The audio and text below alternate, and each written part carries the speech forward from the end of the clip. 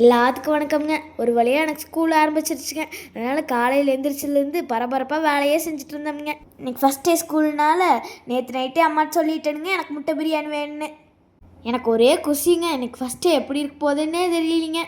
ஸ்கூலுக்கு போய் பார்த்தா தான் எப்படி இருக்குதுன்னு தெரியுங்க. டிஃபன் பாக்ஸு வாட்டர் பாட்டில் எல்லாம் புதுசுனால கொண்டு போகிறக்கே ஜாலியாக இருந்துச்சுங்க. 4 நாளைக்கு தான் நீட்டாக இருக்குது. அப்புறம் எல்லாம் பாட்டாக கழட்டுப்படுங்க. எல்லாம் பேக் பண்ணிவிட்டு அண்ணனுக்கும் பேக் பண்ணி வச்சுட்டேனுங்க. ஏன்னா அண்ணனுக்கு ஒரு 2-3 நாளாகவே சளிங்க, காய்ச்சல் வந்து ஏறிடுச்சாங்க. என்ன பண்ணுறதுங்க, அதனால நானே பேக் பண்ணிட்டேனுங்க. கோல்டு கம்மல் ஸ்கூலுக்கு போட்டு போகக்கூடாதுங்க. 50 நாள் லீவ் இருந்தாலும் ஸ்கூல் ஸ்டார்டிங்கில் தாங்க நம்மெல்லாம் கழட்டுவோம். ஒத்த குண்ணியே போட்டு சுற்றுனதுக்கு தலையில் ஒரு பாகத்தை பிரித்து ரெட்டை ஜடையாக போடுறக்கு ஒரு மாதிரி தானுங்க இருந்துச்சு. ஒரு வழியாக எல்லாம் பேக் பண்ணி எடுத்துகிட்டு கிளம்பிட்டோம்ங்க. எங்களே ஸ்கூலுக்கு தாட்டி விட்டு பண்ணையில் காடை குஞ்சு வருதுன்ட்டு அம்மா அப்பா வேலை செய்ய போயிட்டாங்க.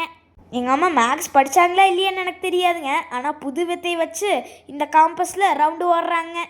ரவுண்டை போட்டு அட்டையை வச்சு அக்கண்ணா வைக்கிறக்குள்ளே போதும்னு ஆயிருங்க. இனி வர வீடியோவில் காடை வளர்த்துறதெல்லாம் எப்படின்னு தனியாக வீடியோ போடுறேனுங்க. வீடியோ பிடிச்சிருந்ததுன்னா லைக் பண்ணுங்கள், ஷேர் பண்ணுங்கள்.